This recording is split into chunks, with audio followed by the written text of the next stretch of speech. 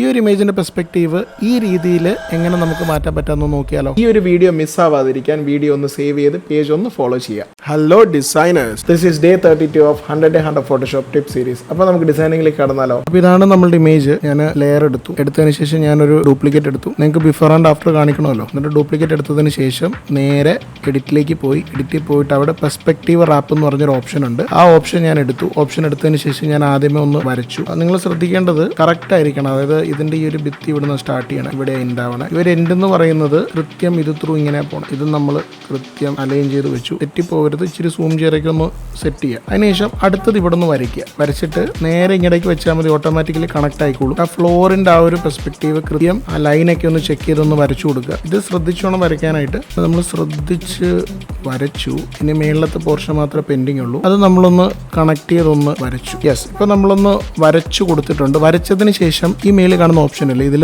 വാർപ്പ് എന്ന് പറഞ്ഞൊരു ഓപ്ഷൻ ഒന്ന് സെലക്ട് ചെയ്യുക. അതായത് മേളിൽ കാണുന്ന വാർപ്പ് എന്ന് പറഞ്ഞൊരു ഓപ്ഷൻ ഒന്ന് സെലക്ട് ചെയ്യുക. സെലക്ട് ചെയ്തിട്ട് ഇനിയാണ് നമ്മുടെ മാജിക്. നമുക്ക് ഈ ഒരു ഇമേജിനെ നമുക്ക് എന്ത് ചെയ്യാം, അതിന്റെ പെർസ്പെക്റ്റീവ് ഒന്ന് നമുക്ക് മാറ്റാം. ഇപ്പോൾ കുറച്ചും കൂടെ ഒരു ടോപ്പ് ആംഗിളിൽ നിന്ന്, അത് റൈറ്റ് സൈഡിൽ നിന്ന് ഒരു ടോപ്പ് ആംഗിളിൽ നിന്നും നോക്കുന്ന പോലത്തെ ഒരു ഫീല് നമുക്കൊന്ന് കൊടുക്കാം. റൈറ്റില് ടോപ്പ് ആംഗിളിൽ നിന്ന് നോക്കുന്ന പോലത്തെ ഒരു ഫീല് നമുക്കൊന്ന് കൊടുക്കാം. അതായത് റൈറ്റ് സൈഡിൽ നിന്ന് ടോപ്പ് ആംഗിളിൽ നിന്ന് നോക്കുന്ന പോലത്തെ ഒരു ഫീലാ കൊടുത്തത്. യെസ്, ഇപ്പൊ ഏകദേശം സെറ്റായി. ഞാൻ എൻ്റർ കൊടുത്തു. ഇനി നമുക്ക് നമ്മളുടെ നേരത്തെ പടം ഒന്ന് നോക്കാം. ഓക്കെ, അപ്പൊ ഇതാണ് നമ്മളുടെ ഇമേജ്. ഇതാണ് ബിഫോർ, ഇതാണ് ആഫ്റ്റർ, ഇതാണ് ബിഫോർ, ഇതാണ് ആഫ്റ്റർ. നോക്കിക്കേ, ചെറിയൊരു പെർസ്പെക്റ്റീവിന്റെ ഒരു ചേഞ്ച് ഇവിടെ കാണാൻ സാധിക്കും. ഒരു ടോപ്പ് ആംഗിളിൽ നിന്നും ഫോട്ടോ എടുത്തതുപോലെ.